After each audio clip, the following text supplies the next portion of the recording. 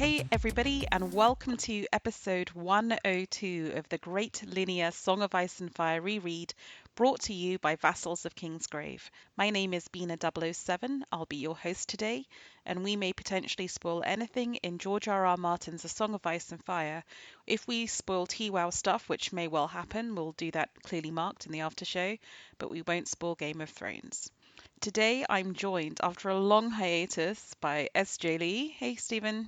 Hi, this is Steven in real life, SJLee on the forums. Proving that there's no such thing as a free supper with me. Correct. Price, debts must be paid. Debts must be paid in the form of chocolate cake. That chocolate cake in Toronto is insane. That's taller than my baby is. It's not bad. Yeah, I would encourage anyone who goes to Toronto to try and eat King's cake because it's basically insane. We're also joined by Blue Armor on the forums. Hey, it's one of the Mats. One of the Mats. And also by the other of the Mats, Varley. The other Matt. How are you feeling, Varley? I feel like hell. Oh, no. And by Michael. Hey, Khal Wadege on the forums. So this is a small and beautifully formed podcast. We had a couple of dropouts from the girls, so it's the kind of inverse of Charlie's Angels, Bina's Hellions, or whatever you want to call that. Bina's chaps. Bina's chaps. Okay, cool. So in the last episode, we covered the Battle of Meereen. So it was all TWOW chapters, took place on July 18th, or at least the start of the Battle of Meereen. We're now jumping to events in August 300 AL. Before we do, here's our usual typical bonkers summary of July 300 in the world of George R.R. Martin. He spent 18 chapters in July 300. Which speaks to his slow progress. In this month, in the world of Ice and Fire, Cersei was put on trial and did her walk of shame. Arianne arrived at Griffin's Roost and learned that Storm's End had fallen. Stannis started marching for Winterfell. Meanwhile, in Essos, Dany flew away on Drogon, Quentyn was alive, Barristan staged a coup against his star, and the Battle of Meereen began. This time a year ago, just a year ago in July 299, George covered the events in just 5 chapters, which I think speeds to his slowing down to an absolute halt. In A Clash of Kings, Myrcella was sent to Dorne, Jon was at the Fist of First Men, Theon took Winterfell. That'll be poignant, I guess, in these chapters. And we were vocking this stuff in episodes 325 and 332 in September 2016, at which point Bina was still single. I hadn't actually met my husband at that point. Matt hadn't got married or had a baby. So yeah. We've been more productive than George. We've been, but not very productive. I've been reproductive. We've been reproductive. You've been reproductive at least. When you hear the quants, the hard stats, does it surprise you or is this to be expected that where you used to cover a month in 5 chapters, you're now down to 18? And how do you feel about this, boys? Some events need detail. They need that detail, and we obviously have more characters. That's all I'm going to say. He tried to defend it. He really did. He did. It just. I agree that some chapters need more details, but I think the majority of the chapters that are taking place are kind of the travelogue chapters that we complain about generally in A Dance with Dragons.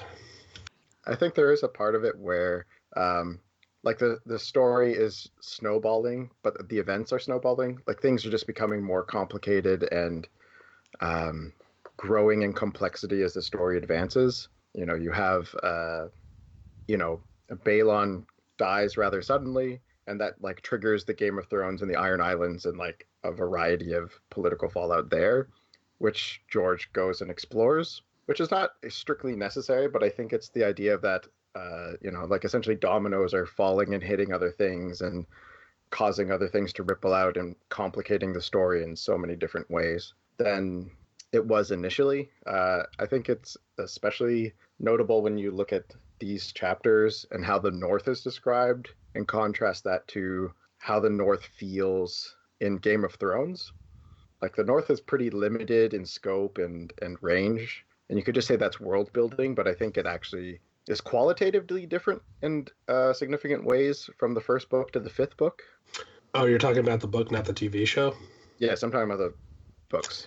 You see, I got the impression reading these chapters again, like how the North wasn't even really looked into in the TV show. There's so much good shit here that was like never addressed. that I wonder like why that decision was made. But yes, I agree with you about the books as well. Well, I think it's true of the books. Like Game of Thrones, the North is a homogenous, unified. The North is one thing, loyal under the Starks, and it's basically Winterfell and its environs, right? Like that's how it very much feels in the first book, and which is what makes the betrayal of the Boltons like the slow reveal through books 2 and 3. But like there's just a diversity of character and culture that makes it a lot more complicated than you get in the first book. And I think that's just more sand in the gears, right? It's slowing everything down and causing more problems. Yeah, I mean, I think one way to look at it is when I just wrote down that list of stuff that had happened this month, and you combine Feast and Dance, and you've got Cersei's Walk of Shame, and you've got things with Euron happening, and all the stuff in Essos with the Battle of Meereen, and you just think, it did actually increase my admiration for George, because I thought he has got so many plates spinning, and it's no wonder he's struggling to grapple to bring it all together, because it genuinely is a very daunting task. And I really do wonder if anything this complex has ever been seen before. I mean, it's just stunning in some ways. But yeah, that's all that maybe needs to be said about that, because otherwise it becomes a little bit depressing. Okay, so in this episode, after our TWOW chapters, we return to Dance with A Ghost in Winterfell, Theon 6, Theon 1/Theon 7, and The Sacrifice, Archer 2. These chapters take place between August 1st and August 6th, 300 AL. And here's Varley with a chapter summary of A Ghost in Winterfell. I think it's no. Yeah, you mixed them up in the Google Doc. It's me. Oh, sorry, it's the wrong Matt. Oh, such an easy mistake to make. Okay, well, with one of the best chapters, I think, in Dance, here is the appropriate Matt. In the far reaches of the north, the raging fires of war battle with the enveloping cold of winter. Two armies are kept apart by impenetrable snows, and patience is becoming a scarce commodity. As the stronghold of Winterfell is being slowly buried by the never-ending storm, soldiers begin mysteriously dying. Now, a ragtag group of inept lords who trust no one but themselves are forced to work together to find the killer. This is their story. You can just imagine the done. Winterfell, Lord Stark Solar, 5th day of the 8th month, 300 AC, the hour of the wolf. The four lords, Bolton, Dustin, Ryswell, and Frey, were in their usual positions around the room. The discussion was no different from the past 3 nights. The arguments were repetitive, the theories were inconclusive, and the case was stuck fast. The latest body had turned up this morning, Yellow Dick, a member of the Ramsay gang. No one would mourn his passing except for Grunt, who was now the unfortunate owner of the stupidest name in the Ramsay gang. However, their leader is offended by all slights, and he now sought vengeance. The uneasy alliance within the stronghold was about to crack. There's no pattern amongst the victims. They were all from different factions, a Ricewell, a Flint, a Frey, a Bolton. The killer is not targeting anyone specific. His goal is chaos, and he is succeeding. And it is definitely a he. The victims are large soldiers, and one of them has had his skull crushed in. The serving women do not have the strength, and neither does the most obvious suspect, the Turncloak. Whatever fight he once possessed had been stolen from him by the Ramsay gang. He is merely a shell who has not yet been allowed to die. The clues are few. Swords are missing from the crypts, but have not been used in the killings. The killer is probably an agent of the Lord of Light, but there are no obvious candidates. The only suspect of unknown loyalties is the singer, but he was performing in the dining hall for several of the killings. And then there's this rumor of the hooded man, a shadow in the snow, like there's a fucking faceless man in here. Paranoia's roots have run deep. The investigation is going in circles, and there's just not enough information. The only answer is an infiltrator, known to some, but unknown to us. There are just too many northern lords unaccounted for. Mormont, Umber, Glovers, Karstark, Reed. The bones of Winterfell are old, and the ghosts whisper loudly. This group of bickering factions is trying to fight the memory of the North itself. And for what? Only the old gods know. It brings to mind a quote from an exiled Bolton whose name has been stricken from all records. Some motherfuckers are always just trying to ice skate uphill. And now the drums of the enemy are beginning to sound like they're coming from inside the stronghold, and time has run out. The challenge must be answered now before the alliance falls apart. The soldiers will have to ride out with a wall of snow in front of them and a ghost at their backs. And that's it, chapter. Well, I think we have our episode title, Ice Skating Uphill. Yeah. Had to mix in a Blade quote with a reference to the Boltons being vampires. Well, it's been a long time since Stephen's been on the podcast, so why don't you start us off with any thoughts you had on this chapter, SJLee? Oh dear. I didn't expect to go first. I think the first thing that comes to mind is that like just how tenuous the alliances are on both sides reading these chapters, and fragile. The tensions inside Winterfell are really interesting. Like as the chapter progresses, it starts to feel more like a powder keg. Things are going to go wrong inside the walls, even if things go right outside of the walls. Like there's no way this ad hoc system of alliances can hold out based on the characters that make them up. Yeah, it's interesting to see, like, Lady Dustin says that great line the North remembers to the Lord Hostine Frey, and like they're the inner circle, and even they're duking it out to an extent. And Dustin is obviously not the biggest Stark fan, but yeah, even she is kind of disgusted by the Frey's actions. It's yeah. Yeah, I think it's pretty interesting that Theon actually recognizes. I think there's a line in the chapter that is like, no matter what happens, if they go fight Stannis, a foe of Bolton will die, no matter who gets killed. And so it's pretty like observant of him to know that even if the guys in the castle die, that's still one less foe the Boltons will have to deal with later. Yeah, and there's a great theme here emerging as we read these in linear order, which in the last episode in Meereen, or here in Winterfell, or as we then go to Stannis's camp, people trying to hold together uneasy alliances. And as you say, Stephen, there's the enemy outside, but there's also the enemy within, and none of this is sustainable.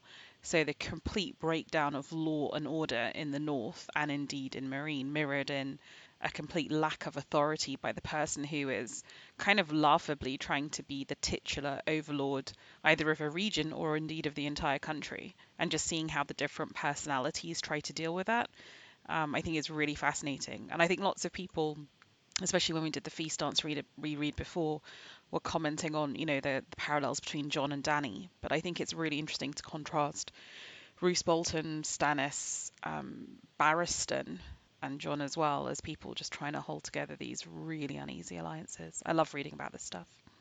Yeah, and it kind of brings back to mind Ned to the fore, and kind of somewhat of a shadow of the Starks that's still kind of looming over the north here. And I think it shows maybe some strengths, real strength of Ned as to how well he was at kind of how good he managed his whatever quote unquote rule of the north. I'm sure he did so by allowing a lot of these people to be more independent, but he has enough of a legacy and respect that there are very few lords on either side here that are kind of committed to the even within the Bolton camp. He has very few people that are really kind of truly committed to his side of things, where everyone seems to be out to betray him in some sort of manner. There are kind of a lot of natural disasters and things that go on in Dance with the winter coming on, affecting the entire world. And some of them kind of, have annoyed me, where it just seems to be negatively impacting more of the protagonist than the antagonist. But in this case, I like how kind of both sides, who we're rooting for and who we're rooting against, are both kind of negatively impacted equally. And it's, driving them each into, kind of in advantageous positions. What I wonder is, when Dustin says the North remembers, does the North remember not to get involved in a war right before winter comes? Because they're in the current position, they have no stores.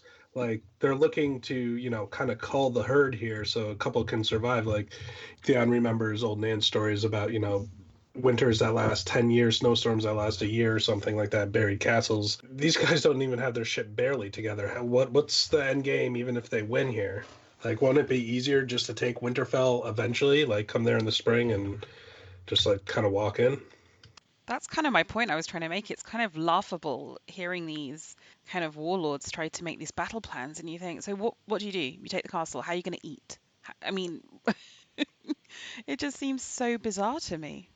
Yeah, I mean, even in my chapter, they say, oh, yeah, we'll raid the goods of Winterfell, and that's going to be, who cares? Whoever lives and takes Winterfell will have all the spoils of it. It's It's almost like the Queen's Moot, or again, where the spoils are going to be a couple turnips and like a pine cone.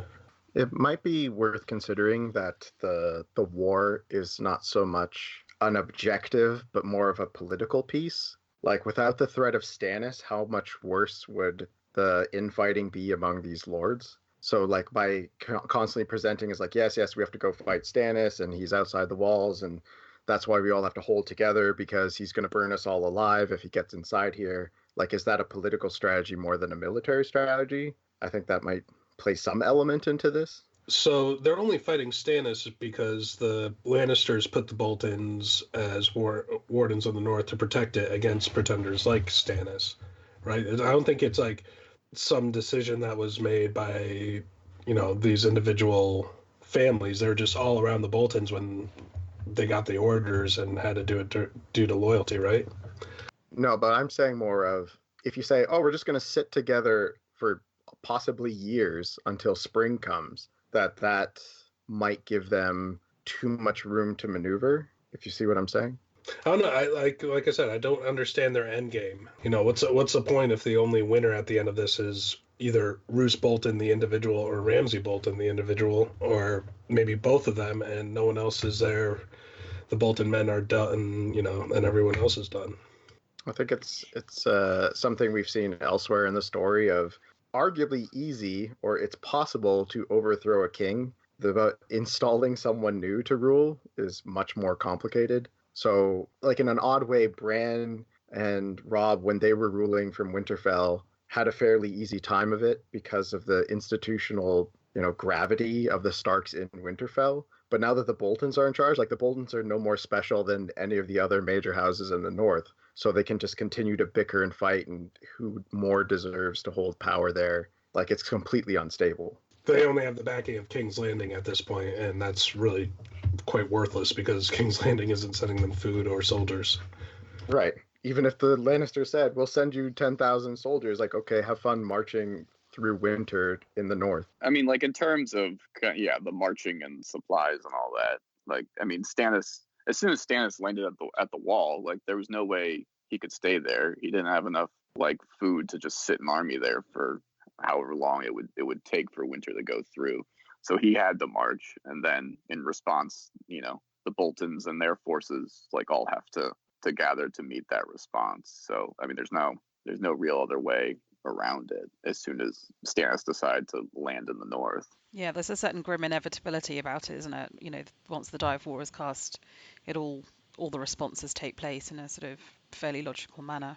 Yeah. Yeah, and I think even in a previous chapter, it's kind of like keep your friends close and your enemies closer. So the Boltons call everyone to Winterfell, like everyone has to come, or else they might join in with Stannis or something. It may be that all these this force was hoping to deal with Stannis before winter sets in, because technically it is still autumn, and this is like no one was really expecting the snowstorm to really seal them in. It's autumn's kiss. That winter's fucking you. I love Big Bucket Wall. Fucks you raw. That's the bumper. Right there. Oh dear. Any more on the chapter? Maybe on Theon's state of mind at this point, because that's obviously a big theme of this, the next chapter, and then the one in the next episode from TWOW. So, I read these chapters last night in like a fever dream of antihistamine and whiskey and stuff. But is this where he ends in the Godswood and he hears the tree call his name and sees Bran's face in the tree? Yes. I'm looking at the relevant passage here. It was, the night was windless, the snow drifting straight down out of the cold black sky, yet the leaves of the heart tree were wrestling his name. Theon, they seem to whisper, Theon. And then Theon's following paragraph, is something I think that's pretty touching, and I think is obviously core to his character. The old gods, he thought, they know me. They know my name. I was Theon of House Greyjoy. I was a ward of Eddard Stark, a friend and brother to his children. Yeah, if you really believe this is Bran reaching out to him via the Weirnet, then there's something beautifully forgiving and redemptive about this, I feel. And yes, I do think these Theon chapters are incredibly powerful. I don't understand some of the symbolism, I guess. Maybe not, or not yet. Like, it seemed poignant that the weirwood trees are shaped like little red hands, and I'm not sure why. but like one falls in front of Theon and lands in like one of the pools or whatever, and it makes direct mention that it looks like a red 5-fingered hand. And I don't know if that's foreshadowing something or what, considering, Theon was just made to show his hands that do not have 5 fingers on them. And they're not bloody hands either. Well, not anymore.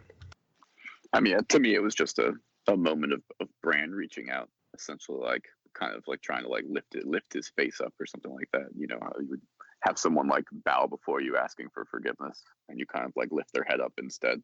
I think it actually kind of robs the scene of a nice moment if it is Bran. Like, to me, this is much more revealing of like Theon connecting to something that's important to him than if it's like Bran is using old god magic to talk to Theon. Like, no, I'd much rather this be an internal thing occurring with Theon. But right, but it's both. Like, it's both. Yeah, it can be both at the same time. Okay, fair, but I hope it's just not interpreted as Bran did this. Like, if it's ever revealed, this is what Bran is up to, rather than like Theon's struggle with his own identity. There's the literal way to interpret this and the figurative, symbolic way. Yeah, they're not the same. Mm-hmm. I have a feeling when Bran's reveal is finally revealed, he's going to be in charge of a lot of shit, and we're going to be like, "What the fuck?" I mean, I certainly feel like, I mean, it happens, in this chapter, and I think it happens in the Winds like preview chapter too. Like, it just, it seems like Bran is is nudging Theon in a certain direction, but like, it's still, I don't know, it doesn't take it away from me. Like, it still feels like Theon is making a journey on his own accord. I mean, the Theon's storyline has always been my favorite part of Dance, and I don't think it's particularly close. Really? And these chapters are wonderful. I mean, just like the kind of the final like part of the journey here, where we have him asking for forgiveness, him taking a leap of faith, and then appearing before Asha unrecognizable, but with one of the better final lines of the novel of you always must remember your name. Right. Like, I love this overall set of chapters. I agree. I think they're so powerful, so beautiful, and partly because they do work on both levels. That you have this beautiful character study that's very realistic and psychological about a man coming to terms with his past and having been hugely abused in his identity, but also because it links into the huge mythos of this series and whatever Bran is up to. And I think it can be both, and it's richer for being both. And I think these novels are at their best when things work on both levels. And yeah, it's just beautiful to me. With the description of this chapter, like, I find it really almost claustrophobic at points where they're describing like the snow building up on the crenellations and like piling up on the stables that are collapsing, but it feels like almost you could breathe again when you get to the Godswood, where like the snow still is melting on the warm waters of the pools and stuff like that. Did anyone else get like this feeling like not only that, we've been getting it throughout the books that winter is coming, and like winter's a big character in the book regardless of the chapter or POV. Yeah, this is one of the chapters where George's skill as a horror writer, not that this is exactly horror, but there is some otherworldly presence from the snow and the way it's affecting the psyches of all these various people. That yeah, you can feel the tensity in the air. Yeah, it's very atmospheric, and yeah, you're right, Varley, with the Godswood is very obviously a symbol of kind of respite. Whereas kind of the rest of Winterfell, they literally have to dig pathways just to get from like one area of Winterfell to the other amidst the snow, and then the drums that come in the end with the boom and doom and all that stuff is wonderful. Particularly fun end to the chapter. Oh yeah, them ending with the drums and then the whisper of everyone Stannis. I think it almost plays on like a Lovecraftian kind of thing that George loves, is like that unknowable pending doom, that describable anxiety that's coming through something just from a horn blowing and drums beating. Yeah, it's very analogous to the Red Wedding, that something is off, something weird is going on, and it is a trick. Just as at the Red Wedding, the band are a trick. Who is making this noise outside of the castle, who's doing the drumming, is a trick. And there's beautiful analogies in this chapter, I feel. And they all think it's Stannis, who, moments ago they were all downplaying, like, oh, he'll freeze out in the woods, it's no big deal. Like, and then all of a sudden he's at his front door. Whether he actually is or not. And I think these chapters make good use of Winterfell as a setting, because if I remember correctly, Winterfell is one of the biggest castles in the book. Like, it's a giant sprawling space. So there's like a lot of unwatched areas, a lot of hidden corners that things can be happening that the people in charge can't know about. Lots of room for... I think just the Godswood in Winterfell is something like 10 acres or something insane like that. Yeah, it's really, really big. So, like, there's obviously the claustrophobic aspect of where they're all trapped in there together, but at the same time, no one can tell what everyone is up to at the same time. You see two people walk into a room. What have they been talking about? Or why are they talking together? I'm sure the paranoia is getting pretty high among the collection of lords there. You guys ever see The Twilight Zone, where two guys are stuck in a train station and, they hear over the radio that there's a killer on the loose, and both of them just are stuck because it's snowing outside, it's bad weather or whatever, and they go mad, and they just think that one of the other one is a killer, like, and so the paranoia just builds and builds and builds. I feel like something similar to that happened. Any theories on who the hooded man is that confronts Theon in this chapter? Or not So just like a the theory is that he's representation Blackfish, right? There are the full research into this is like there are multiple possibilities, and it's basically just like, right, there's not enough information to go on, and I feel like it can be any number of kind of like missing, like, northern / like Stark loyalists, because you have people like, you have Blackfish, you have Harwin, you have Hal Mullen, who was with Ned's Bones, you have all you have all the people who were like, traveling to Greywater Watch, like, Mage Mormont and Galbert Glover. Robert Glover is missing. It could simply just be more like crow food sneaking in at night. There's even like an out there thing for Harry and Karstark. So it's kind of a whole bunch of things where it's some like Stark loyalist. At least I'm not of the like Theon Durden theory. I don't like that. That seems silly to me. But Sorry, yeah, what was that? it's a play on Tyler Durden of Fight Club. Like, they just think it's an alternate personality of Theon who's been doing the killings, but that just seems stupid and silly. Is that like a Preston Jacobs bullshit thing? I don't think. No, I mean it can be anyone's. We've had how many years? 10 years to do this. It was bound to come up. No, actually, I really do like the interaction he has like with that hooded man who just like his response to that, I think, was some perhaps interesting foreshadowing with how perhaps Roose or Ramsay's fate will end, and how Theon will play a part in that. Where he's just like, Ramsay's not done with me yet. The gods are not done with me yet. So it kind of like offers a foreshadowing opportunity of him to redeem himself a little bit before he goes out. Do you think that it might like even show like the lower man at arms kind of position of how do they view Theon? Because Theon marched with the Northerners up until after Whispering Wood he left for the Iron Islands. So there could be just a regular dude that just like knew Theon was there, saw him, and kind of recognizes him now and talks to him and just says, like that's how deeply their loyalty goes. That even though he's made it through all these wars and he's just walking the watch that night, he still sees Theon and recognizes him and feels like aggression towards him. Yeah, he's the embodiment of just the North. Yeah, he's just like, what the fuck? Like, how are you still around?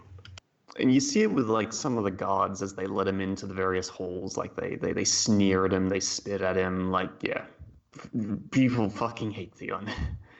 But how many of them actually know he is Theon and not just Reek? The fact that's that a really good question. Theon is dressed up to present fake Arya and sort of. Okay, so after the wedding, it kind of tipped the hand there. I would say like everyone would know because like and you'd point and say, hey, that used to be Theon, look what he is now, and all that stuff. So I don't know if there was necessarily a mystery as to who he is. Because for the first chapter of this book called Reek, I don't think I realized it was Theon yet. Oh yeah, I missed that too, and I feel stupid for missing it. But but I think the Northerner people would know. I mean, it might be an interesting kind of discussion because like Asha doesn't recognize him at the end, and yet this kind of like random guy does. That does seem a little odd, but perhaps just maybe a convenience of storytelling. Yeah, okay, I guess it could just be that everyone in Winterfell knows what Theon looks like now. Yeah. Okay, cool. So if that's everything on the first of the Theon chapters, we then jump forward around 60 pages in my paperback edition of Dance with Dragons, and over 4 chapters to the first and last Theon chapter that's actually called Theon, which is obviously deeply resonant. So it's either called Theon 1 or 7, depending on how you're counting them.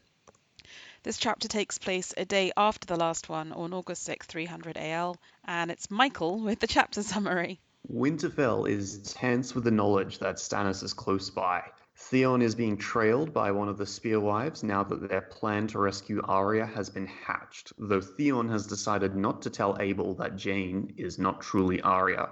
Hostine Frey comes inside the Great Hall with the body of Little Walder, who Big Walder says was searching for a white harborman. Theon looks at the Spearwives, but they deny their role in the killing of this one. Hostine accuses Wyman Manderley of having this boy killed, to which Wyman responds by insulting both the boy and the Freys. A fight breaks out, with Hostine slashing at Wyman's neck, causing him to collapse to the floor. Roose Bolton manages to break up the fight and informs both Freys and Manderleys that they will go out and do battle with Stannis. The Spearwives tell Theon they must rescue Arya now before Stannis is attacked. The Spearwives dress up as serving girls and fetch bathwater for Arya. To Theon's shock, the plan works and they enter Ramsay's bedchamber. They find Jane hiding under piles of furs covered in bite marks. She's scared at first and thinks that this is a trick set up by Ramsay, but Theon reassures her by saying, "My name is Theon, and we have come to take you away from him." Jane switches clothes with Squirrel and they leave unnoticed. 3 of them go to fetch Abel, while Holly and Frenya go with Theon to the gate at the walls. They murder the guards, but Jane lets out a scream, alerting the garrison. Frenya stays behind to hold off the soldiers, while Theon, Jane, and Holly climb to the outer wall. Holly belatedly realizes that Frenya had the rope to escape before being shot with a crossbow bolt. With soldiers coming both left and right, Theon realizes there is nowhere else to go and jumps with Jane out into the snow. What an amazing chapter. Yeah, this one's great. It's got everything. It's got confrontations, it's got fighting, it's obviously Theon coming full circle with him gaining his identity. Like, that's obvious. Walrus flopping. Like a clubbed seal. Like a club. It has 2 of the best lines like of this book, with the clubbed walrus and then the had he lived, he would have grown up to be a Frey. That was really interesting. Like, and then Hostine immediately draws a sword and goes in for the kill. Like there's, I guess in Hostine's mind, like the 3 other Freys are missing, so he probably thinks that Wyman rightly killed them. And yeah, it's just these tensions are just so there. They're just ready to snap. Yikes! You went a little robotic there, Michael. Oh, okay. But we got You the got the gist. message. Okay, cool. But yeah, no, that's like as we mentioned with the previous chapter, right? Yeah, it's just the tensions have hit the boiling point where Roose is forced to march out. Otherwise, people like might as well put. So if people are going to die, start fighting each other, might as well just send them towards the enemy instead. So how What do you think is going to happen to Wyman Manderley? Do you think he's going to survive this? Yeah, I he'd be all right. do. His chin saved him. Yeah, only 3 of his 4 chins were cut. George takes the his time suet to point that armor. out. Yeah. I think it'll be all right, but I think it's interesting that Theon is like, he sees a look in Roose Bolton that he's never seen before. Like, was it fear? And I think that he let Hostine, go after White Harbor, knowing that, White Harbor right now was his biggest threat to begin with. And then only after, like, some carnage was done did he call a halt to it. I feel like he's just losing his hold on things, and things are just erupting that he can't control. But it certainly is in his interests to have Wyman Mendeley killed, and not by him specifically. Yeah, for sure. But like, I think just that one passage where Theon's like, "What does that look on his face?" Like throughout the entire books, like that's how like I guess some of the vampire theories or whatever it happens. Like he just has a naturally intimidating, while like soft spoken, but like intimidating look that scares people into submissions. And to see him kind of maybe wide eyed and like scared or not knowing what to do or not knowing how to handle something has to be very off-putting to everyone that's been cowed into a position of subservience from him. So does anyone have any interesting ideas on who actually killed Little Walder? Oh, it's Big Walder, right? Damn it, I was going to say that. You're all going to be surprised. No, it's definitely I'm in that camp too, that like this particular killing is unique, and that it was probably just Big Walder trying to cash in on the chaos. The clue of sorts is that Big Walder has blood on his cloak hands and tunic, and none of it has frosted over, whereas Little Walder's frosted in blood, and Hostine's hands are also caked in ice. So yeah. Mm-hmm. Yeah, and just the fact that like this killing was like actually like I think done by a blade or whatever, and wasn't kind of seemingly accidental like the others. Oh yeah, the guy that accidentally got his own junk shoved down his throat. Right. Yeah. But like it's yeah. But yeah, it's you're right. But it's still like kind of the MO just feels a little different. I do like how Theon equates this to like when he was holding Winterfell and his men kept on ending up dead mysteriously. Like, even says like, "Oh, this seems so familiar," except it was Grim, whatever the fuck his name was, and Red Island or whatever. So this Little Walder, we hear in this chapter, his father was Merritt, who you might remember from the epilogue of A Storm of Swords. And I remember in his epilogue POV, he like just kind of feels sorry for himself, and you don't really get an indication of his personality. But from A Feast for Crows, when we get Jaime's recollection, Jaime's like, God, that guy was a dick. He fucked a girl, got the pox, got hit in the head by a knight or something, and was like unconscious for 2 weeks, right? And that's why he drinks so much, because he has like some kind of migraine issue. Like his original job at the Red Wedding was to drink Big John or Great John. Or Great John, yeah. But yeah, and Jaime describes him as a bully, and he said, yeah, then he made the mistake of trying to bully me. So I just thought, okay, I understand why Little Walder's a piece of shit. Isn't his daughter the Gatehouse Amy too? Yes. Oh. And Fat Not Walter. the slut shame, but she's a little slutty. Hey, no slut shaming on this thread. She wants to open her gate, that's fine. It's her business. 3 stable boys at a time. But yeah, so Little Walder's sister, Fat Walder, is married to Roose Bolton. So yeah, Merritt did pretty well. His progeny are going places. No thanks to him.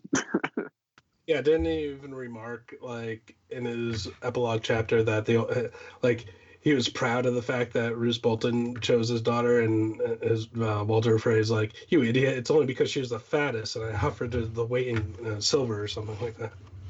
Mm-hmm. Yeah, I just find it interesting. Like, there's certain groups of phrase that George seems to pay a bit of attention to, and so, like, this is one. You have, like, the Rosby phrase, the Blackwood phrase, I think, are also important. There's so many, I really have trouble keeping them apart like everyone else, but yeah, there are some phrases that are more important than the others. It's kind of a useful trick George can pull because the phrases are hard to tell apart. It can be a bit tricky to realize what's happening inside that family, like how there are clearly branches of that family pruning itself in order to be better placed for the succession. Like, Yeah, and I obviously, think Big Walder is not the only one bumping off Frey's to get a better claim when Walder Frey dies, the Lord. Yeah, and I think Merritt goes through that in his epilogue too. Like, oh, we have to be nice to this guy because he's most likely going to, inherit everything. And if this guy inherits, then we're going to be destitute. And I think Black Walder's just fucking everyone. And Yeah, Black Walder only has one person left that he needs to kill in order to take the head of the house. Yeah, well, now Lady Stoneheart's doing a lot of his work for him, so that's nice. Right, I think, but he's been tipping her off. Really? Yeah, I think that was the impression I got. To be fair, it's been a while since I've done my research into that. I thought they were getting tipped off by the singer, Thomas Evans. Yeah, that too, but I think even before that, because Black Walder is tracking the Brotherhood, but then he loses them, and I think it's thought he just like gives up the chase because he's like, yeah, that was good that you killed Peter Pimple, his other brother. I don't know. That was the first guy hanging when Merritt shows up to the Tree Grove. Yeah. Oh yeah, and then they also kill Merritt. Yeah.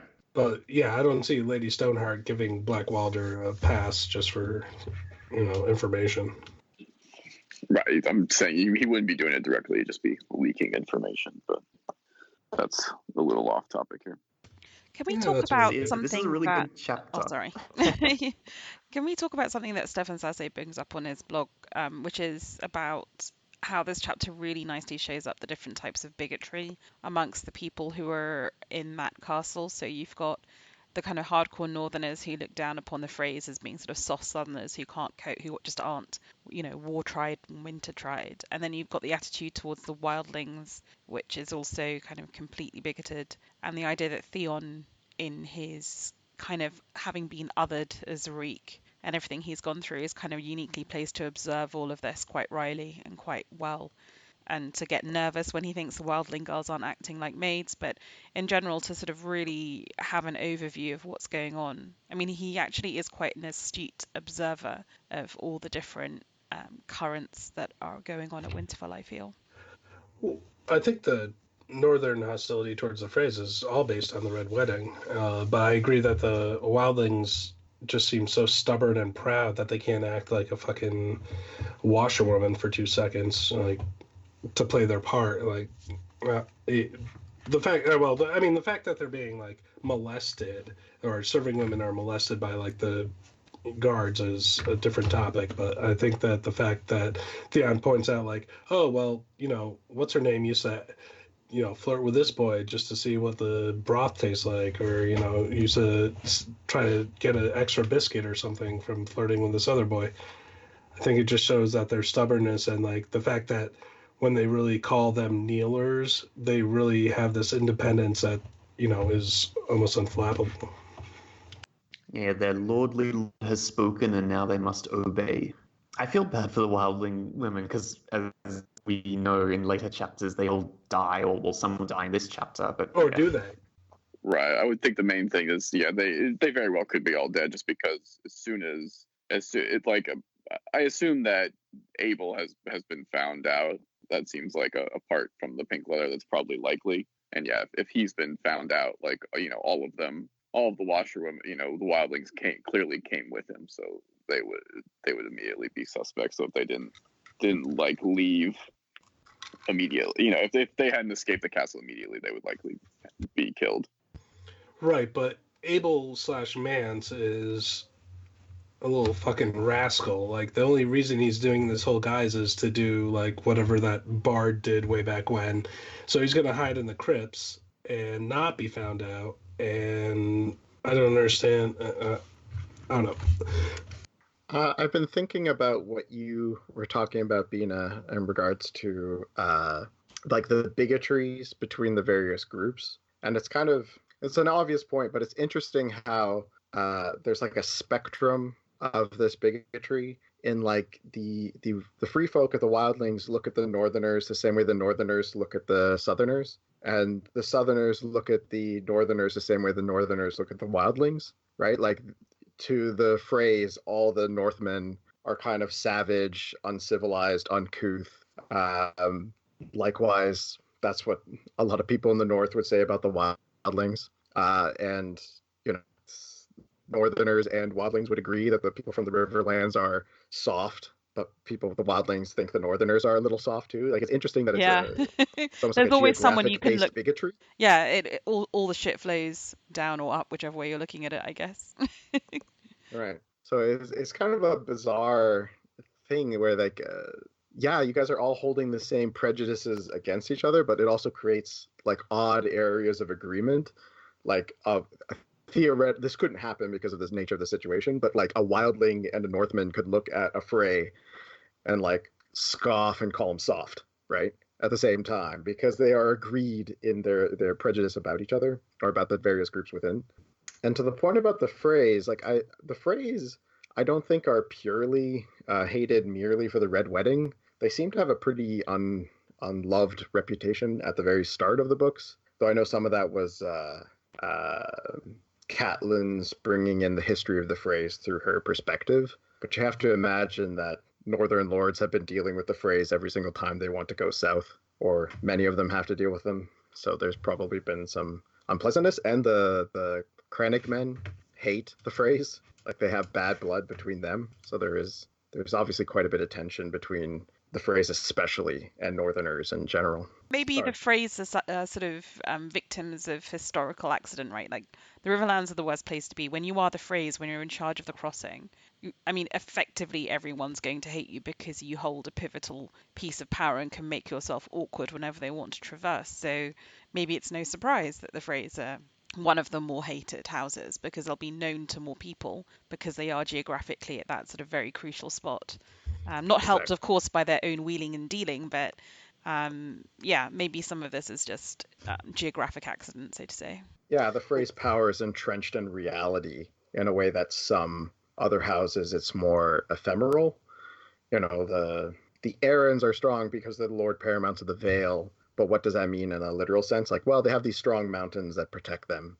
But the Frey's like, cool, you want to go south? Want to deal with us? No? Then you're not going anywhere. And you have to, like, that. There's no sidestepping that as a reality. I also wanted to comment a little bit on the Manderleys. I think the element of when Lord Manderley gets threatened and Theon notes, like, is that fear in his eyes, in Roose Bolton's eyes. The Manderleys are probably the Stark's strongest vassals throughout the story, especially when we get those Davos chapters where, you know, there's freshly built ships. White Harbor is the largest city in the north. Like, the Manderleys are probably a key element to holding down the north successfully for whoever tries to do it. So as much as Roose and the Manderleys don't get along, I think he knows he needs them. Well, wouldn't they be the biggest threat to him politically, as well as, you know, them supporting anyone who would support the Starks? Right, like the Manderleys can't rule the north because there's, you know, they worship the Seven and they're always probably going to be seen a little bit as outsiders, but like they are perfect powers behind the throne for the north, right? Like, that's why I think there's an idea that Manderley was trying to position himself, or is trying to position himself, to be like the regent for Rickon or something like that, because that would be really politically advantageous and would make sense given the politics of the north.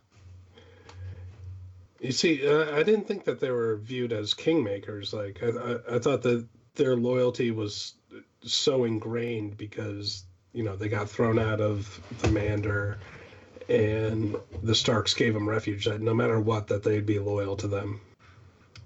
I think some of that is myth, though. I think a lot is made of, like, oh, this historical loyalty. Like, okay, so the Karstarks are an actual branch of the Stark family, and their loyalty has definitely fallen into question. So it's easy to say, yes, hundreds of years ago you saved our family from being kicked out of Westeros, but, you know, what have you done for me lately is a fair analysis to apply to any of these great houses.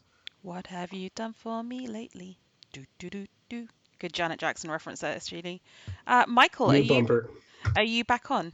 Can we hear you? Are you robotic? I think you have an interesting marriage prediction to make to the group.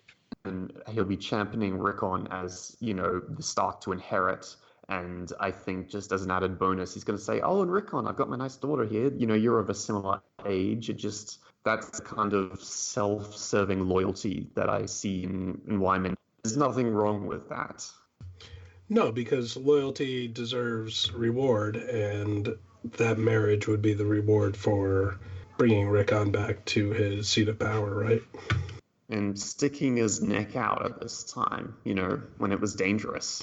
His forelegs out. Well, now it's just one. There's something kind of interesting about this chapter in that, like, one of Theon's great sins is killing the Miller's boys in spot of Bran and Rickon. And ironically, he's redeeming himself by saving another person who is not a Stark. So, like, there's this weird parallelism between impersonators of Starks and Theon's relationship to them. It's weird that's like the source of his redemption. Yeah, that's a really nice symmetry. Anything else on the chapter, folks? Ramsay Bolton is scary. Yes. When you see Jane with teeth marks on her tit, I mean, it's just horrific. The sexual abuse that she and then complicitly Theon have been through. It's just another reminder of how horrid it is. Mm-hmm. Do you think George went too far with Ramsay Bolton? Ugh, I don't know. It's actually interesting how out of focus Ramsay is in these chapters. So, what is Ramsay making her do with the dogs? That's a question I really don't want an answer to, Matt. Yeah, it's fair. Yeah, I mean, he's like, yeah, I don't know. The Bea's question is a tough one to answer. It's probably can only be answered on an individual basis. Yeah, and I think that Euron is also on track to maybe outdo Ramsay, depending on what he does in wins. But from the preview chapters, it seems like he is not a nice fellow. Yeah, I mean, like for me, I feel like enough is kept off screen that like it didn't go too far for me personally, but I don't know. I certainly can't speak for everyone.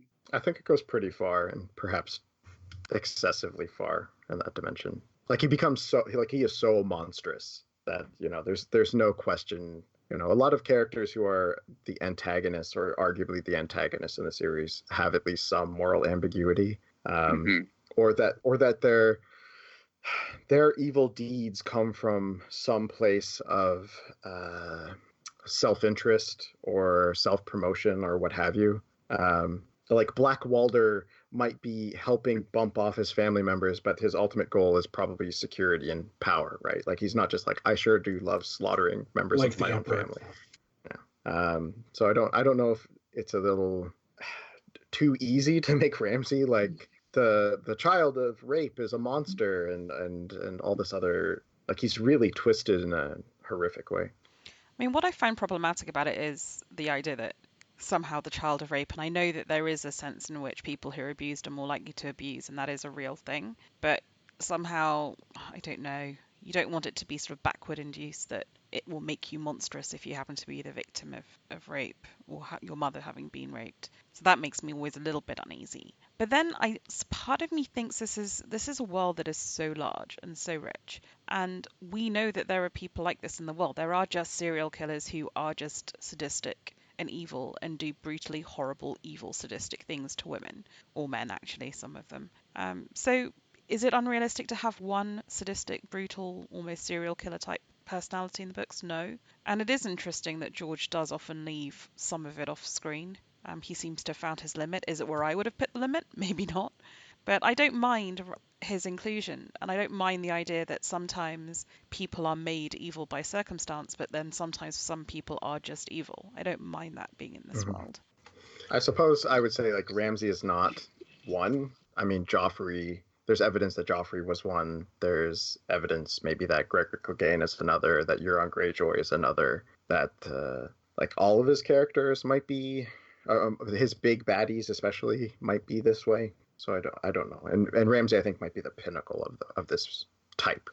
Yeah, I get that. Like there's whole essays on George's attitude towards sexual violence, right, and where it's problematic.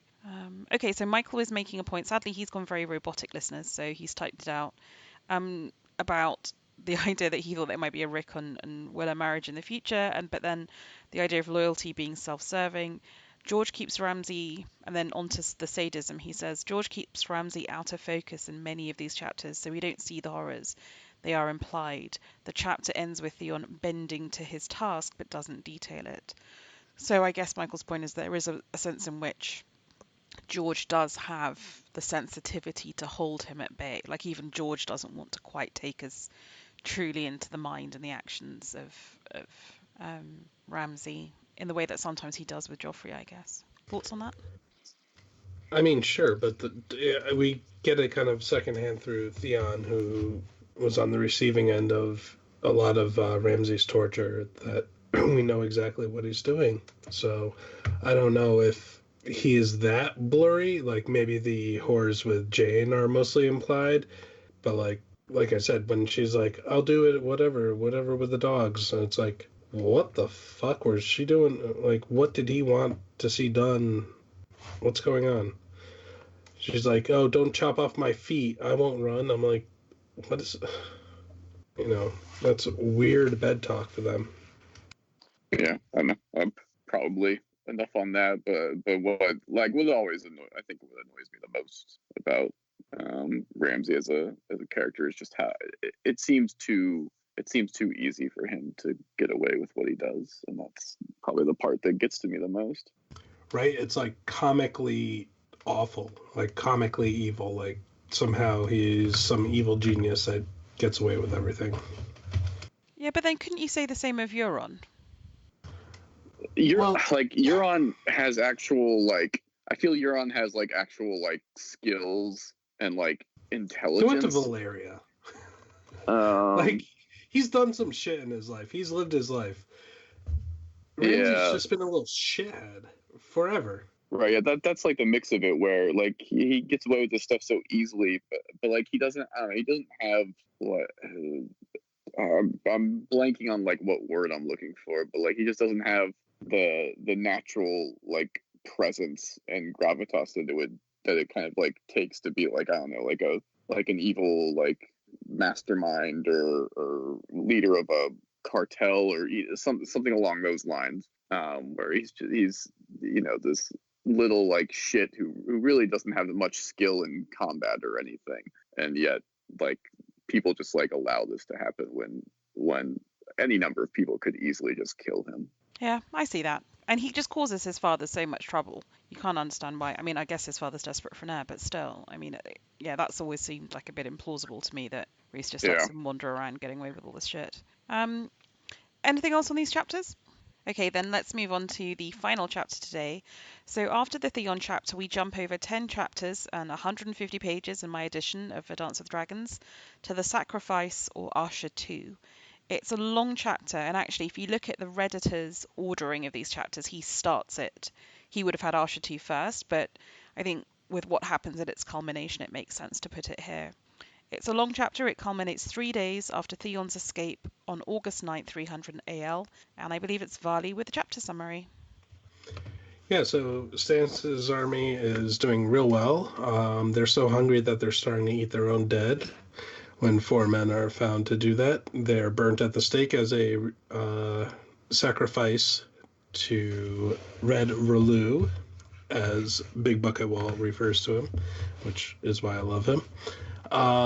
So they're really in dire straits here. The king hasn't been seen except for the sacrifice. He's been watching a beacon fire in his tower that he's been hanging out with, and a lot of people are talking about what's next. They talk about, well, should we storm Winterfell? And then they die. Should we build siege ladders? And yeah, sure, but then we die. And all along, Asha's just thinking, these men are, kind of struggling between a king, a god, and the elements. Asha has also been kind of predated upon by Suggs, Sir Clayton Suggs, who is almost the worst. He seems to enjoy torturing people, especially young women, setting them on fire. But at the end of the chapter, when he hears horses and thinks it might be the enemy coming, he says, well, he does call her the C word again for like the fourth time in the chapter, but tell him to go tell the king that the enemy's here and I'll hold them off, which is kind of brave, which I thought was interesting considering how despicable he's made throughout the entire chapter. And those people on horses end up being Iron Islanders that were ransomed by the Iron Bank of Bravos, Tycho Nestoris, and among them was Theon. And even though that Asha did not know him by sight, he said, "I'm Theon, you have to know your name," to kind of play on their first meeting in Clash of Kings. I like kind of it's the point we brought up at the end of the Ghost in Winterfell with kind of the unknown drums sounding outside, where there's such fear and murmurings amongst the castle that Stannis is here, and then we get the same thing at the end of this, like, oh shit, like Roose has already ridden upon us, prepare everyone, as we kind of get the horses coming up in the end. So yeah, there's a lot of good bits with a literal fog of war here, in this case like snows of war. That's very fascinating. And there's a lot of little like details here, and George setting up the geography of this village with the two lakes and the watchtower that kind of come into a lot of the theorizing that's been done about the upcoming Battle of the Winter, and I'm particularly a fan of those types of things in these novels. Yeah, so he describes that they're running out of food, and one of the Northerners, I think it's a Flint, says, "Oh, you've overfished them. You've been on the lake like maggots. Like, you've cut so many holes into it." And like you said, it describes the watchtower between two lakes, so they're really setting up this like Alexander Nevsky kind of battle plan where, they're expecting the Bolton force to ride up over these pot-marked lakes and fall through, and therefore, not have to fight that force, but have to fight the main force coming up through the land bridge.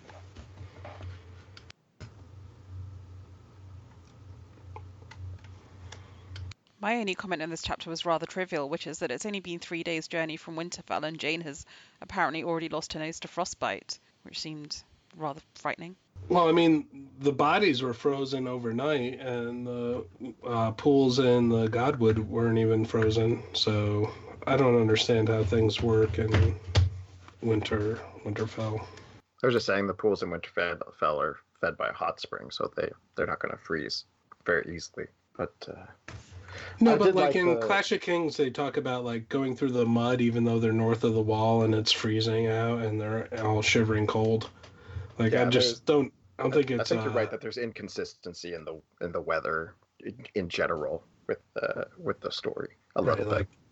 Like you could probably stand to watch for 8 hours, like in 30 degrees. It'll suck, but it won't freeze you if you have the right clothing. But yeah, the right clothing is the big asterisk on there, because I don't remember the numbers anymore, but like you can freeze to death at comparatively low temperatures, because most time when people are outside at low temperatures, it's for brief windows of time. But if you are spending hours and hours and hours, like, it's also just physically exhausting. They're losing a lot of energy. Their body's trying to replenish their heat and keeping themselves going.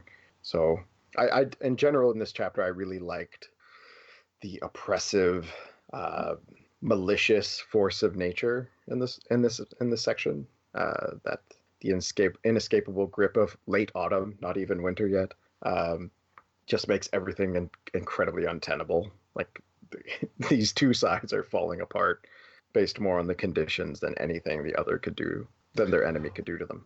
Well, it goes to what we were just talking about Northerners judging Southerners in like the winter, and they're like, "This isn't that bad, man. Like, you gotta get over it." Yeah. I did feel when I was reading this, it reminded me of reading stuff about the Second World War and the First World War about the Eastern Front, of just like how crippling the environment could be.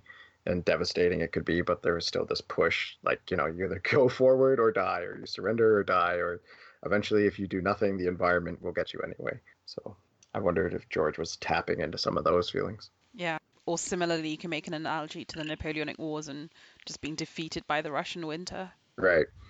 Yeah, there's definitely like the I can't remember the name of the artist, but the picture of the French soldiers retreating, and they're all like ragged, and Napoleon lost, I think, 100,000 men in the Russian campaign, and to the weather, essentially. A lot of that comes to mind when I think about Stannis's and the Bolton's winter fight. I guess when people are resorting to cannibalism, which I think they did in like Stalingrad at least, and maybe in the Napoleonic invasion of Russia. But at what point are they like, okay, no, this has gone too far. We can't actually feed our people like bread fried in grease and be like, that's good enough for them. I don't know, I mean, it's like, both sides have kind of just, hit a point where they pretty much just like have to fight now. I mean, Stannis has been through this before with the siege, and so even though he's terrible in terms of charisma and keeping his people together, like he's also just kind of stubborn, and like he's gonna be the one to wait longer, and in order to force Roose to come at him. He's the one on the move. Like he's the attacker.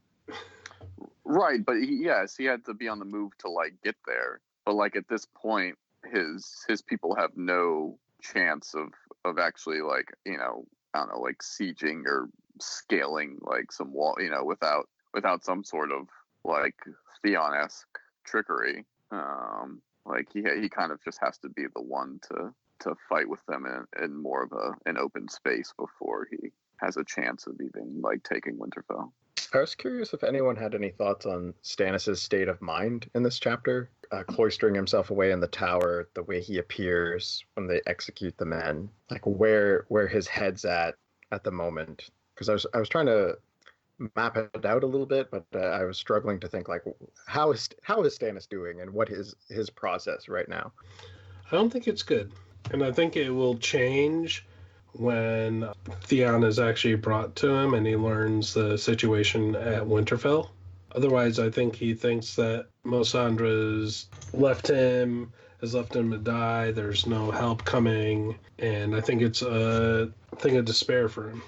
It's obviously really hard to know just because we don't get like there's not a POV there to provide us any particular insight. But I think we're just going to see a growing trend here over the course of Stannis' storyline of his kind of like mental space, slowly breaking down and him becoming more desperate, to try and kind of like win the day here. And I don't think this part in the story is his breaking point, but I imagine we'll see it relatively soon.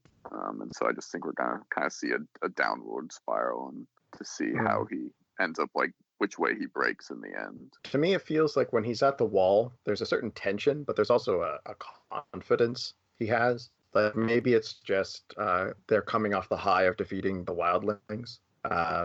And like he's at the wall, he's performing as king. He is exercising his duties and authority beyond just whatever army is immediately around him. And then I wonder, stalling on this campaign, like, is Stannis becoming a defeatist for his own cause? Like, does he believe he's ultimately going to win, or is he just like playing out the last act of his destiny according to his own thinking? It's hard to know how much he believes his own hype. Like, does he believe everything Melisandre has told him about himself? And therefore, how far of a psychic shock is it going to be when she abandons him, if and when she does so? And I just don't really feel I have a hold on what Stannis' inner motivation is. Is it that he clings on to this very simple thing that Robert was my brother, I'm the next in line? Or does he kind of buy into this logic that he is some mythic leader? I don't know. I really feel I don't know him. I think he really thinks that like he's the next in line because Robert's sons were all bastards. And it's his right, not his, desire or privilege. It's his right to be king. And to do that, he's now doing the offenses that he's doing. So that hasn't changed since the start, though. So you think he Right. basically is the same guy he was 5 books ago, steadfast. I think he's smart enough to know that he does not have a flaming sword, and he's not, Azor Ahai come again. I think he's very confident that that propaganda will help him with what he knows is rightfully his. Yeah, and I think he's fully committed in his what he believes is his duty to become the next king. But at the same time, he is kind of relatively defeatist, just because he's been he's never really been given any reward for whatever his successes have been throughout his life. And so I think maybe in the back of his mind he doesn't fully expect to succeed, but it really doesn't matter. He's gonna commit to it anyway. Yeah, regarding where Stannis' mental state is, I think he's sort of got this grim determination now. Just he has to see things through. But that doesn't add much. Yeah, I think if ever there were a phrase to describe Stannis, it would be grimly determined. Do you all think we're going to get a Stannis POV in the next book? Do we know this? Has anything been hinted about it? Generally, I think the rule of thumb is that when George was writing the series, the idea is none of the kings would be POV characters. So if he continues with that Stannis will never receive a POV. And I think he doesn't have to have a POV. He's got lots of characters floating around him. Yeah, I'm still trusting the fact that there will be no new POVs with the exception of prologues and epilogues. So it would have to be one of those. And I don't there's no way. Well, I mean, I guess technically it could still be a prologue, but I don't think so. I think if we ever got one, it would be as an epilogue. But I don't know. It doesn't seem like it would happen. I think he's got enough. If we get one, it's bad news for Team Stannis.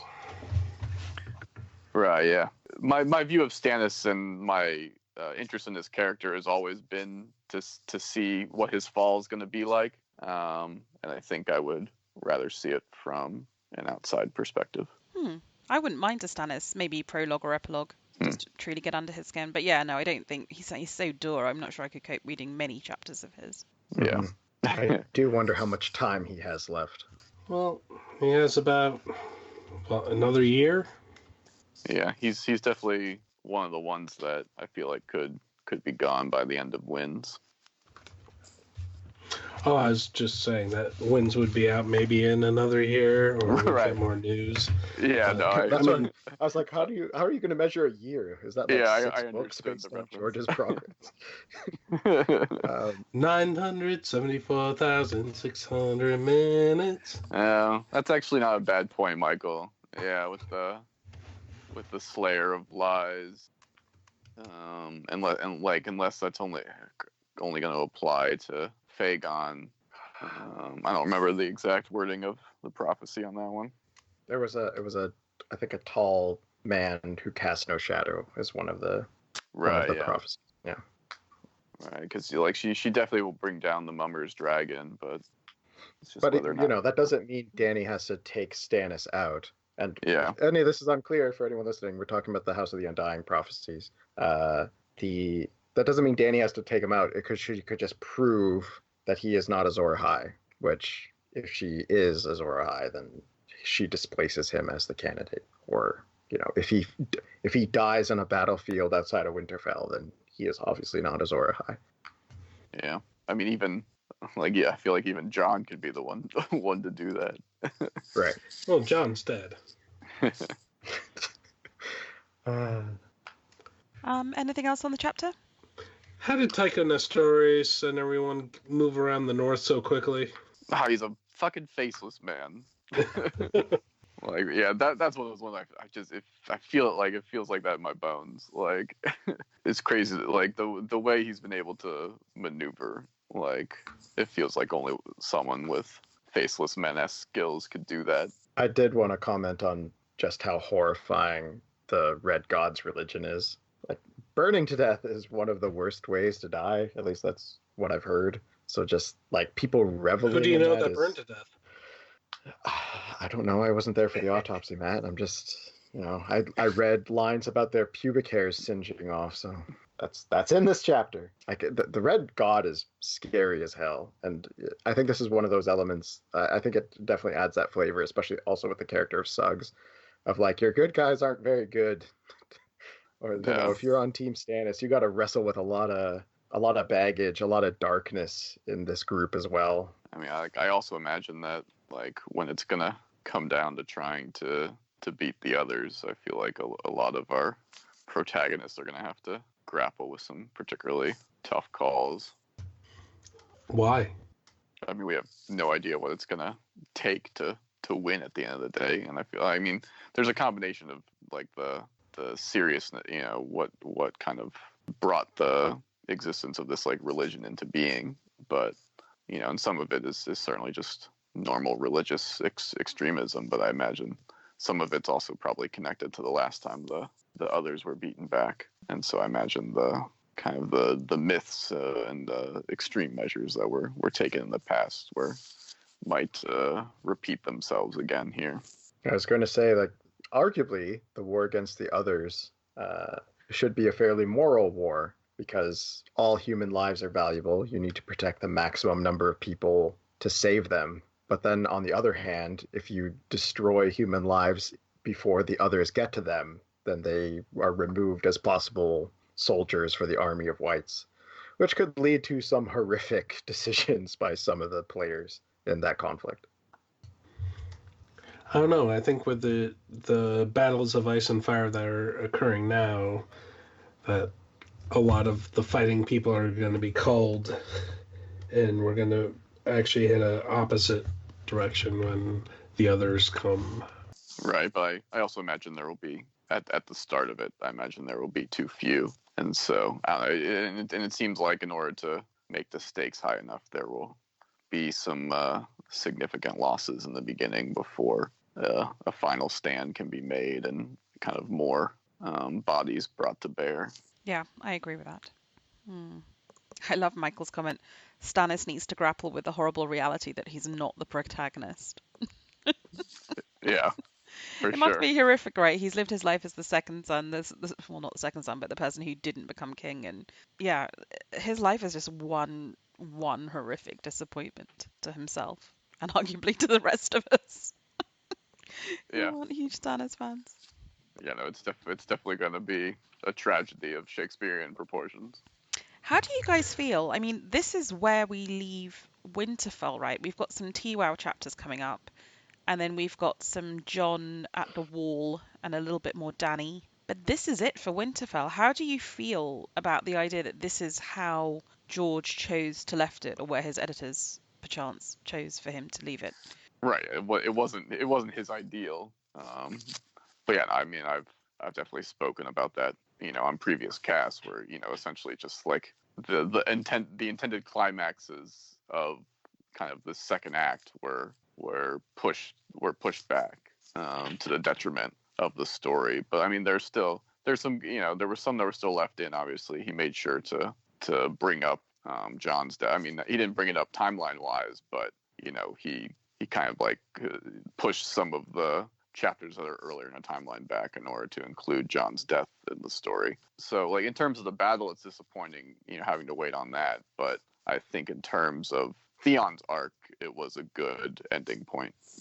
I think compared to so obviously the two big things missing at the end of this book are the Battle of Ice and the Battle of Fire. I think the absence of the Battle of Ice hurts this less. I wonder if you had that Theon preview chapter from TWOW, if that wouldn't be a more satisfying conclusion, because of like that weird, the mystical moment right at the close of that preview chapter. That's a pretty cool moment, and it would, I think, be an interesting note to end on, especially for like Theon's story. But I don't think you need the Battle of Ice so much in this one compared to the kind of the Myronese mess.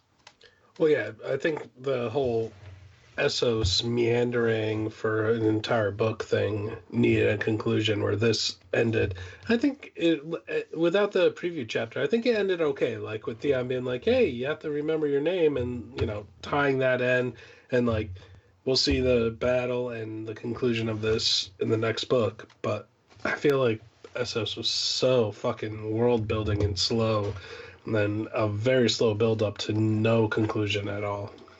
Yeah, no, I think that's a good point where it just to us it feels like that the northern storyline is moving at a better pace, at a decent pace, where kind of the end point here doesn't hurt as much, where the Myronese knot just feels like such a slog that our perspective on it is that he just needs to get it over with, whereas this just feels like it's moving at a more appropriate pace. It will be interesting if the Boltons actually win this battle, because then we'll have no POV in the northern area at all. Yeah, there's no way they win. There's no way they win. Oh yeah, I guess Melisandre, but she's up the wall. I think story-wise, it makes sense that the Boltons will lose the coming conflict, but I think if you just kind of look at the situation on the ground, if you had to take odds, not story odds, but if you had to measure these two forces, it's interesting because at the beginning, the first Theon chapter we did today, there's a reference to, I think he's eating stew and fresh baked bread, while Asha is like eating horse meat. Like the two armies are suffering indeed, but I think the levels are a bit off. It seems like Stannis' forces are definitely at a disadvantage unless some cool trick comes into play. Michael says, Boltons are going down. Asha has to be queen of the Iron Islands. She ain't dying. Well, I mean, the big reveal is going to be, when they bring their horses over the cracked up ice, right? And they fall through. And that'll be their big safe race. Sure. Yeah, but there's also, the two sides each have a faction in it that's supposed to betray the each other. How does that come off? Does that just create a bunch of confusion? Who nets out the most advantage out of that? No plan survives contact with the enemy. So yes, the lake is Swiss cheese, and it would be very dangerous to march an army onto it. So who says that's what's going to happen? I don't know. But how will we know what's happening inside Winterfell, I guess, if there isn't this great big battle? Yeah. I mean, we've had long stretches of time where we didn't know much of what was going on in Winterfell. That is fair. Yeah, I agree with your reasoning. Yeah, my argument is purely from a narrative standpoint. Yeah, I think it's okay where this leaves off, and I think that's partially because the North feels like it's in a tense stalemate, like tension is building, while on the other side of the world in Essos, it feels like, no, things are already happening. You just have to draw it to a conclusion. And I think that's possibly why I'm more comfortable with the way this section ends. But either way, like when you think about what Winds has to cover, these two great battles in the beginning, and then plus everything that's going on in King's Landing, plus Euron, plus Victorian's kind of Battle of Fire, plus Dorne and everything that's going. Like where do you find the time? Yes, we are not, wherever Winds ends, we are not going to be happy with it. That's pretty much guaranteed. But we know at least some stuff is going to be resolved. And Michael brought up a point kind of referencing the Stannis' line of you may hear that I'm dead. That will probably come into play in this battle as well. So what do you think? What is the theory about that? That he's going to fake his own death somehow? Yeah, or just they'll get the fog of information will somehow have that spread around. Could be a plot to get Winterfell to open the gates to their forces. Yes, something that's like what. That. Yeah, that's what. Like the Manderleys are at the head of the column, and they're like, "We won." The gates open up. It's like you're screwed. Michael just said send one of the Karstark Ravens in. That is one thing they have where with Tycho revealing that the Karstarks are a traitor and the Boltons will still believe the Karstarks are on their side. The Karstarks are totally fucked. Stands. Yes, they are. But I mean, they still have an heir, so they'll be fine in the long run. Yeah. So all right. So Dance with Dragons had 72 chapters, including the prologue and epilogue. and we still didn't get to the battles that we needed to. So, if Winds of Winter comes out, like I think I said this before on the previous cast, like we'll probably get the battles like 16, 20 chapters into the books because they're trying to deal with everything that's happening everywhere else beforehand. And then the question is, how many chapters will the battles themselves encompass? You could 'Cause there's actually so end many up with the Winds of POVs. Winter still ending with the Battles of Ice and Fire. I would hate that so much. But you could imagine seems- a kind of Clash of Kings style length book ending with the Battles of Ice and Fire, with all the proper build up, all the proper battle, maybe a bit of like immediate aftermath, but that it is the books of the Battles of Ice and Fire. Right, so you're just saying like your beginning of this entire podcast where we're talking about the slowdown will be like, and in Winds of Winter there were 80 chapters that took place in a week and a half. I mean, sure, that's a really pessimistic look at it. I feel like that was the goal with Dance itself. So I'm still, I don't know. I don't know if it's pessimistic. I'm not saying it won't be a fun read. I'm not sure. I'm not saying it won't be really fantastic. I'm just saying that could be where we are. Right, but if he does that, I mean that completely cuts out the possibility of finishing in 7 books, which I don't have high hopes for in general, but I feel like he at least wants to try. If he wanted to try, he'd release the 6th book by now. Nah, that's not fair. To me, it's not fair to me. He's getting to do all the fucking things he wants to do. All I want is the fucking end of the story. I'm still of the opinion that it'll happen within the first 200 to 300 pages. We'll have like the battles. I do wonder then what's the rest of the 800 pages or whatever follows. Because if it's like 200 pages of getting to the battles and then the battles, it's like, okay, you've kind of blown your traditional story arc in that way. Like think of Clash of Kings, right? Clash of Kings all builds to the Battle of Blackwater, and then the aftermath. Well, it's going to be the invasion of the White Walkers, right? After all the human battles are done, we have to do this supernatural battle. Yeah, but like the thing is, I suppose it could be that things slow down in Meereen and the north around Winterfell, but things speed up elsewhere. Like Aegon's invasion seems to be moving quickly and effectively. So like the situation in the south could radically change in the space it takes just for like something to unfold elsewhere in the story. That's relatively simple, if you see my point. Yeah, no, I think the answer to your question is what happens after those 2 battles. Like the next big thing to come into the fore is Aegon's invasion and how King's Landing responds to that. Like it could be a cool parallel if you have 3 chapters in succession of Stannis takes Winterfell, Dany retakes Meereen and decimates the slavers, and Aegon marches into King's Landing to adoring crowds throwing rose petals, right? Like that'd be a neat, here you go, here are your factions all lining up.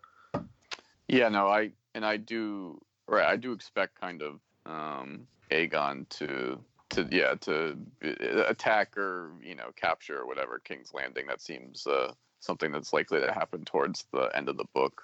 I mean, because like we always talk about the battles of Ice and Fire, but there's more set up here where we also have to deal with Aegon taking Storm's End. There's the huge naval battle that's about to happen near Old Town. We have Euron's invasion after that. And then, even after the Battle of Fire, Dany will have to contend with the Dothraki first before she sails, And what happens with Jaime and Brienne? Yeah, that too. We probably actually have 4 big battles coming up, but Ice and Fire has taken the most note. Like you say, the Sea of Blood battle. It's been hinted at a lot that, Euron is going to do something near Old Town that might like destroy the Red Wine fleet or the High Towers fleet or what have you. And then, there very much could be, the toppling of the Lions and, Aegon could throw down the Lannisters in King's Landing and that will be the end of them. Because they're basically at the end of their rope. I think it could be the show has distorted people's perspective of how much strength the Lannisters have left. Well, Kevin's dead, and Cersei sits to stand trial still. So we still have the trial of the two queens in King's Landing, and see how that shakes out. And then how that shakes out will determine how Mace Tyrell deploys his forces. Yeah, and it might the conclusion to that might be more of a negotiation than like an actual battle, especially if Aegon is able to Jesus, Varley is able to bring the faith onto his side. I'm very curious about the. Sure, it was to cut the whiskey. No, to cut my phlegm. Delicious, tasty. I'm a fan of the Aegon arc.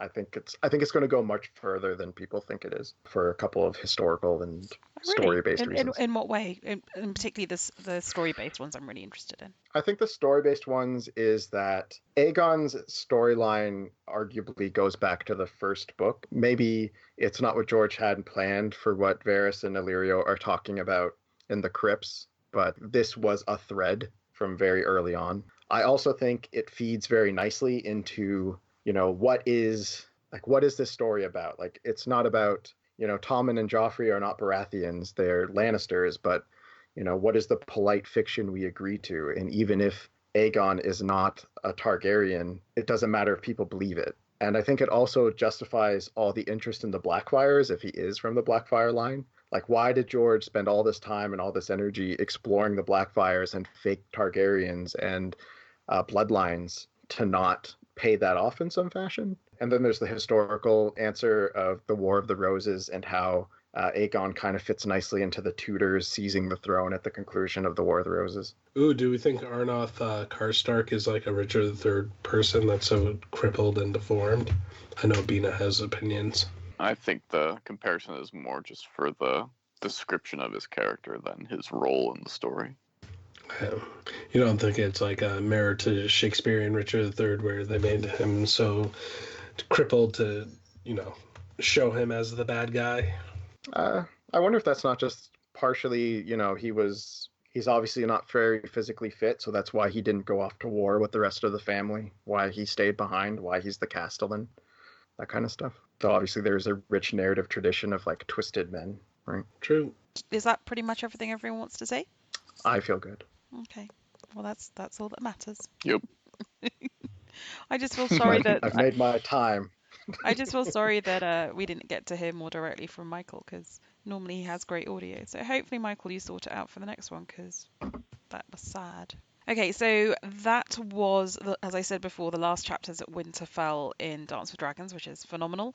For those reading along at home, the next episode of the Reread is going to cover the final TWOW spoiler chapters. So Theon 1, Mercy and Elaine 1. We didn't actually know where to put these because they're not in the Redditor's timeline, so we've put them all together in one episode, and then following that, it's basically all Jon and Dany all of the time.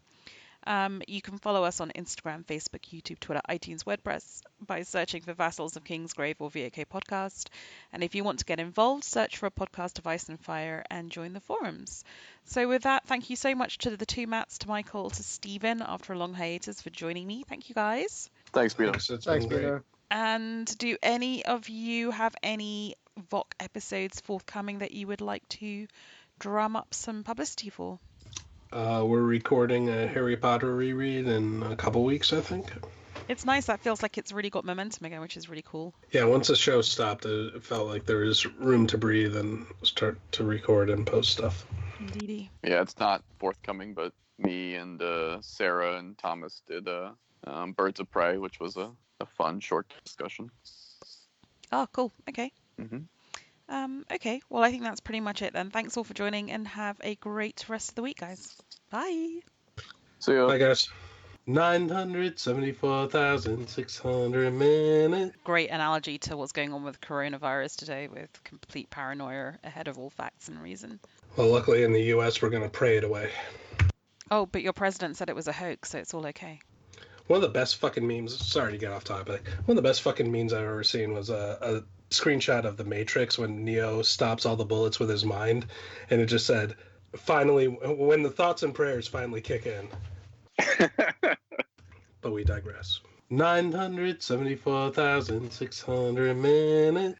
Oh, so one thing I forgot to mention was Arnoff Karstark is hobbling around with him now, and he's brought a maester with ravens.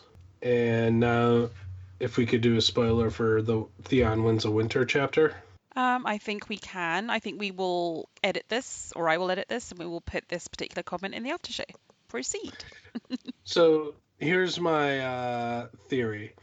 Arnoff Karstark actually wrote the pink letter right before Theon got there, and Arnoff was found out as a traitor. How would he know about Mance? Because Stannis knows. Right, but Stannis freely gave that information to Karstark. I mean, after a certain time, you tell your, allies how, like, when everyone's, saying that, oh, we'll build siege towers and we'll die, we'll build ladders and we'll die. Let them talk like that while the leaders are being like, well, I have a guy inside that will open up the doors for us. I guess the main thing is, was that ever part of Mance's goals? Were to, well, I guess he was asking about the crypts and how Theon took the castle. All right, so yeah, that could, even though they never really discussed it, that certainly could have been part of his overall goals. So the only thing that would throw that off, obviously, is this timeline, and whether or not in a couple of days we see the pink letter reach, or a week. We see the pink letter reach Jon Snow. Yeah, I mean, that was like, right, we looked at, right before this episode, we looked at the timeline for that, where that chapter is listed kind of at the very end of the timeline, but there were, I think the Redditor kind of made a specific, like, he seemed pretty uncertain as to the exact dating for that chapter. So that's my new theory. Karstark wrote the pink letter. I don't buy it, but not bad. But why don't you buy it? Because the timeline doesn't work, or you don't see the sort of the narrative point? No, I still don't see Stannis revealing Mance to Karstark. I don't know, and it just, I don't know, he doesn't feel like a big enough character. Where I feel like it has to be like Ramsay Roose or Stannis himself. But still one of his allies. Like, why wouldn't, they're in dire straits. Like, why wouldn't they say, like, at this point, I have a person inside the walls of Winterfell? Right, yeah. I mean, like, I don't know. It doesn't, yeah, I got nothing beyond that, just because I don't exactly remember when Karstark kind of pulled up. I know he's relatively new, it seems like a relative newcomer to the situation. And it just doesn't feel like enough time has passed for Mance to bring him in on everything. Stannis. Sorry, yeah, you're right. Michael, do you have any points that you want to say? Do you want to try the microphone and see if it works? Maybe it's cleared. Michael says pink letter is Ramsay's work. Sorry, Matt. Michael, why don't you try the microphone and see if it works again? Oh, guys, I'm scared I'll be more of a robot if I come back on. No, it's good. It's good. Carry on quickly while it works. So far, so good. Yeah. Okay. Oh God. Yeah. Ramsay wrote the pink letter. I don't think there was ever meant to be a mystery behind who wrote it. It reads exactly as, like, something Ramsay would say. You came back for that? Really? 974,600 minutes.